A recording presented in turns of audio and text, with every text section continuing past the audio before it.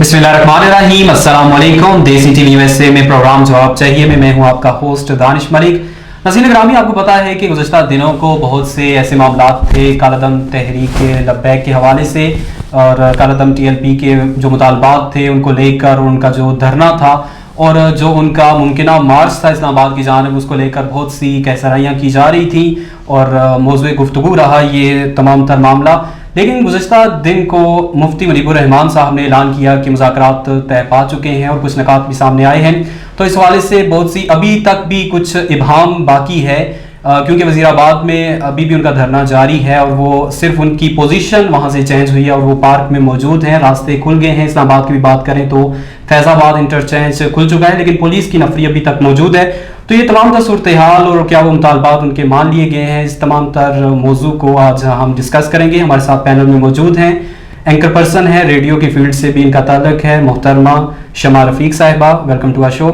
और इनके साथ मौजूद हैं हमारे साथ सीनियर सहाफ़ी जर्नलिस्ट फाउंडेशन के सदर ज़ैड मलिक साहब, वेलकम टू आवर शो।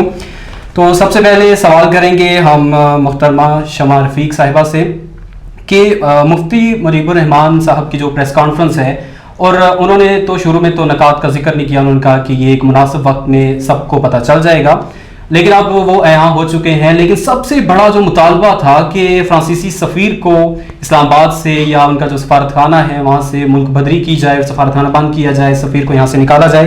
तो लेकिन मुतालबात में या जो मुज़ाकरात हुए उनमें ये नकात हमें, मतलब ये जो नुक्ता है वो हमें नज़र नहीं आता, तो नकात में ये शामिल नहीं है। तो क्या ये वाकई में उसमें उससे दस्तबरदार हो चुकी है कालदम टीएलपी या अभी इस पे बात होगी आगे चल के? देखिए दानिश, बहुत शुक्रिया कि आपने मुझे बुलाया बात करने के लिए। लेकिन सबसे बड़ा मसला यहाँ पर ये आता है कि देखिए जो आपने कहा कि मुल्क बदरी का मसला है, ये मसला कॉम्प्लिकेशन में इसलिए गया क्योंकि देखिए इत्तफाक़े राय से हल हो सकता है, इसके बगैर आगे नहीं चल सकता। जब तक इत्तफाक़े राय नहीं होगी हम उस पर कोई भी जो सा है कोई जल्दी में डिसीजन ले। सबसे बड़ी बात जो आपको बार बार आपको ही पता है कि सामने आ रही है कि वो यहाँ पर सफ़ीर है ही नहीं है। अगर हम एक्सचेंज ज़रूर कर सकते हैं, उस बंदे को यहाँ से हटा ज़रूर सकते हैं, लेकिन हम बिल्कुल भी उनसे अपना जो एक ट्रेड सिस्टम है उसे ख़त्म अभी नहीं कर सकते ना, हम उस तरह की कंडीशन में हैं। खैर उस मामले पर भी ये बात हुई है कि हम सब इसमें पार्लियामेंट में बात करेंगे, इत्तफाक़े राय से जो भी हतमी फैसला होगा उसको सब मानेंगे। और साथ रिजवी साहब के भी बयानात में ये चीज़ सामने आती है कि उन्होंने कहा है कि जो चीज़ पार्लियामेंट में होगी उसे हम सब को मानना पड़ेगा। तो क्या हुकूमत ये मान गई है कि पार्लियामेंट में ये डिस्कशन की जाए?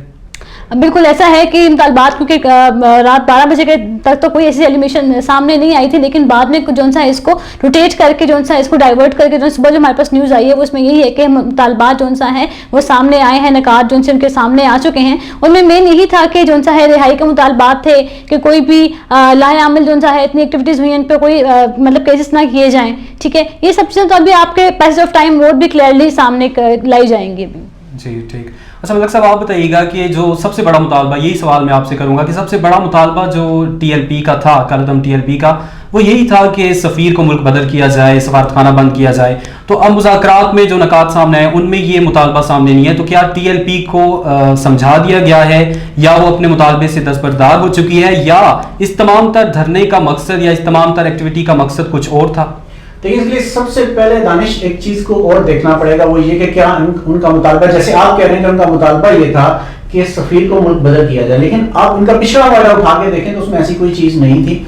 सफ़ीर की मुल्क बदली का वो बराह रास्त मुतालबा नहीं कर रहे थे, बल्कि वो ये कह रहे थे कि इस मामले को पार्लियामेंट में लेके जाया जाए और इसके ऊपर सबकी राय ली जाए, फिर पार्लियामेंट जो राय फाइनल करेगी, जो राय देगी उसके मुताबिक फैसला किया जाए। भले वो फैसला ये हो सकता है कि जो सफ़ीर है उसको मुल्क बदल ना किया जाए, और ये भी हो सकता है कि उसको किया जाए, यानी जो भी फैसला पार्लियामेंट करेगी वो उसके साथ चलेंगे और उसको एक्सेप्ट करेंगे। यही पिछली दफा भी तय हुआ था और यही जो मुतालबा अभी भी, मुझे नहीं समझ आती कि हुकूमत ने इसको मिस हैंडल क्यों किया और अभी हुकूमत ये कह रही है कि हम इस मामले को पार्लियामेंट में लेके जाएंगे। तो अगर पहले ही अगर इस पे फैसला कर लिया जाता, पहले ले जाया जाता या उसकी कोई डेट फिक्स कर ली जाती, तो मेरे ख्याल से मामलात यहाँ तक आती। अच्छा, अब इसका एक दूसरा पहलू जो आपने बयान किया कि इसके पीछे क्या कुछ और भी चीजें हो सकती हैं, 100% हो सकती हैं। जैसे साद रिजवी जो है वो जेल में थे और कोर्ट ने हुक्म भी दिया कि इनको रिहा किया जाए, लेकिन उसके बावजूद उनको रिहा नहीं किया गया, उसको तवालत दी गई इस मामले को, वो भी एक मामला पीछे था। और बिहाइंड द सीन और भी बहुत सारे मामला ऐसे हैं जो गर्दिश कर रहे हैं कि ये मामला भी हो सकते हैं, क्योंकि अभी आप इनकी प्रेस कॉन्फ्रेंस देखें, उसमें कहा गया कि जो हमारा मुआहिदा हुआ है, मुफ्ती मुनीबुर रहमान साहब ने भी कहा है कि हम वो मुआहिदा भी सामने नहीं लेके आ रहे, और मीडिया को भी उन्होंने कहा जी आप इसके ऊपर क्या सराहियां मत कीजिएगा। आज की जो सबसे अहम डेवलपमेंट थी, मुफ्ती मुनीबुर रहमान साहब जहां पर वजीराबाद में मौजूद थे, टीएलपी के सारे कारकुन वहां पर गए और जो उन्होंने वहां पर खिताब किया, देखें प्रेस कॉन्फ्रेंस में तो वो कुछ नहीं बता रहे थे, लेकिन जाहिर बात है जो लोग घरों से निकल कर आए हैं उनको भी तो उन्होंने कुछ ना कुछ कह के लाया ना, तो वो भी तो ये जानना चाह रहे थे कि पीछे मामला क्या है। जो उनसे खिताब किया मुफ्ती मुनीबुर रहमान साहब ने, उसमें भी तो 3 चीजें बड़ी इंपॉर्टेंट थी। एक तो उन्होंने ये कहा है कि जी के हम यहाँ से उठेंगे नहीं, बल्कि यहाँ से शिफ्ट होंगे नजदीकी पार्क में और वहां जाकर हम बैठेंगे और साद रिजवी साहब जब तक रिहा नहीं होते तब तक हम लोग यहाँ पर धरना देंगे और बाकी भी मुतालबात का हम इंतजार करेंगे कि वो भी हमारे मंजूर कर लिए, तब तक हम खत्म नहीं करेंगे, मौजूद रहेंगे।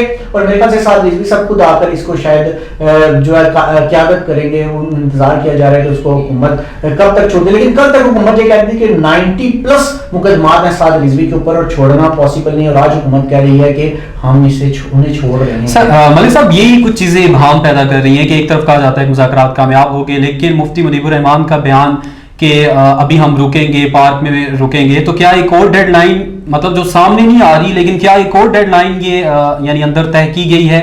हो सकता है इनकी जानिब से पार्लियामेंट के लिए भी डेडलाइन दी गई हो, तहरीक दोनों तरफ से गारंटर बने, एक तरफ से मुफ्ती मुनीबुर रहमान साहब ने साइन किए हैं, दूसरी तरफ से अली मोहम्मद खान साहब ने साइन किए हैं, वज़ीर ख़ारजा शाह महमूद कुरैशी साहब ने साइन किए हैं, लेकिन फिर भी ये बात नजर आ रही है कि दोनों जो पार्टीज हैं, दोनों यानी कि आपस में जिन लोगों का आपस में वायदा है, दोनों ही पार्टीज आपस में अदम एतमाद का शिकार हैं, दोनों एक दूसरे पे एतमाद नहीं कर रही। इस सारे सिनेरियो से ये लग रहा है और वो चाह रही है कि पहले कुछ हो और फिर उसके ऊपर एतमाद किया जाए। ठीक। अच्छा, दूसरा ये कि धरने की सियासत की अगर बात की जाए तो ये बात ढकी छुपी नहीं है कि धरने की सियासत का आगाज पीटीआई ने किया, 126 दिन का धरना और रेड जोन के अंदर। तो निज़ाम ज़िंदगी अगर देखा जाए इस्लामाबाद के शहरियों की, रावलपिंडी के लोगों की, तो बहुत ज़्यादा मफलूज होकर रह गई थी और 2014 का इनका धरना बहुत ज़्यादा हाईलाइट भी किया गया। लेकिन आज यही हुकूमत दूसरों को धरना, मतलब वो वज़ीराबाद में है, पंजाब में बैठे हैं, लेकिन पहले से तैयारियां कर लेना और इस्लामाबाद में हज़ारों की तादाद में नफरी को बुला लेना फैज़ाबाद इंटरचेंज पे, तो सर ये क्या जमहूरियत पर कदगन नहीं है? अमूमन जमहूरियत की जब बात की जाती है तो एहतजाज का हक तो सबके पास है, तो फिर इस पे पीटीआई का ये रवैया क्या काबिल कबूल है? असल में जमात को एक तो उन्होंने कालेदम करार दे दिया था, उसको कालेदम जमात ही, मीडिया भी उसको कालेदम जमात ही पुकारता रहा है। आपने भी जब स्टार्ट किया प्रोग्राम तो आपने भी कालेदम जमात ही का, तो एक सियासी जमात और एक कालेदम जमात में फर्क फिर आ जाता है थोड़ा सा। एक बात तो ये है, दूसरी बात ये है कि पुरअमन जो एहतजाज है वो कोई भी कर सकता है, कोई पार्टी कर सकती है, कोई लोगों का ग्रुप पुरअमन एहतजाज कर सकते हैं, जाहिर बात है एक एहतजाज करना हर एक का एक राइट है, हक है।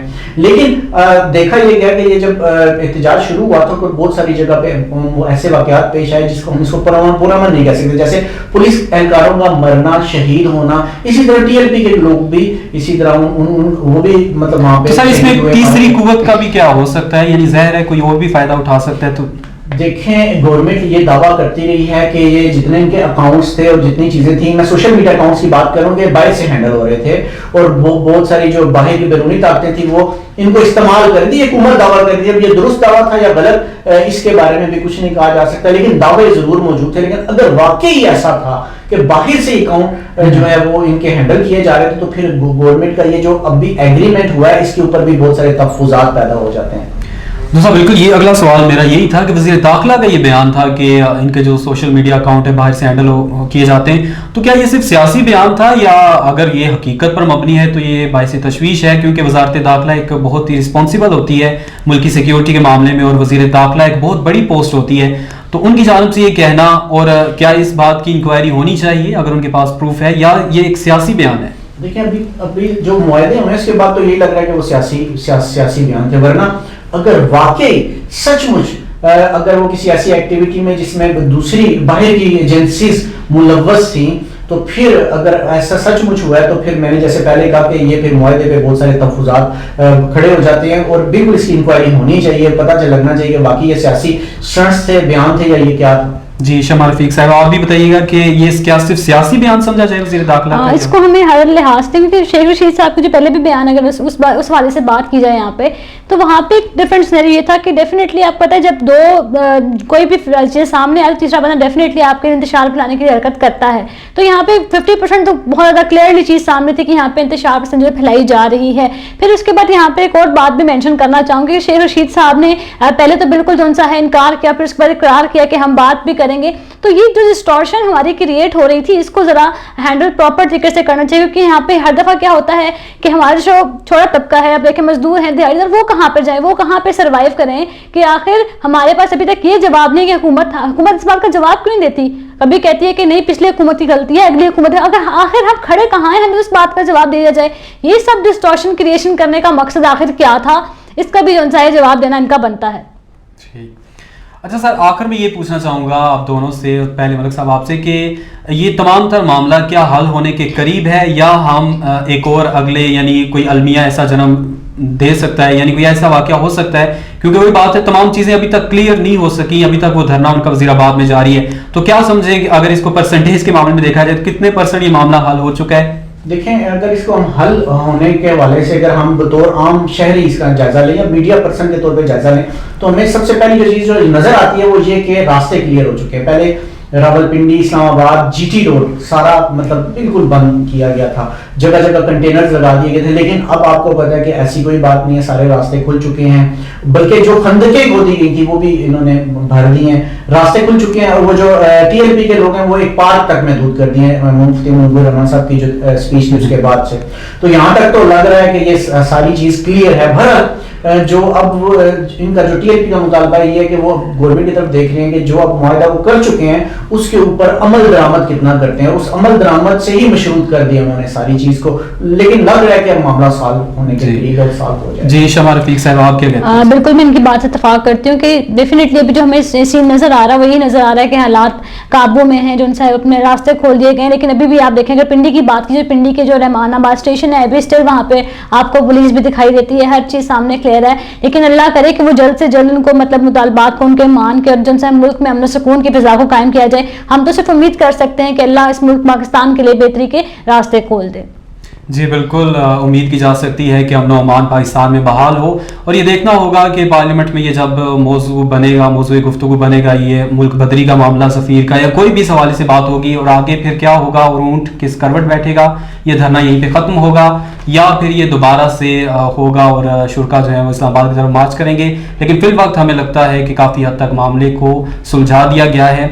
अब देखना होगा कि आगे क्या होता है। दोनों मेहमानों का शुक्रिया अदा करूँगा कि आपने वक्त निकाला और इस अहम मौजू पर हमारे साथ और हमारे नाज़रीन के साथ गुफ्तगू की। इसके साथ ही प्रोग्राम जवाब चाहिए का वक्त हुआ जाता है ख़त्म। अगले प्रोग्राम में एक नए मौजू के साथ हाजिर होंगे, तब तक के लिए दीजिए इजाज़त। अल्लाह हाफिज़।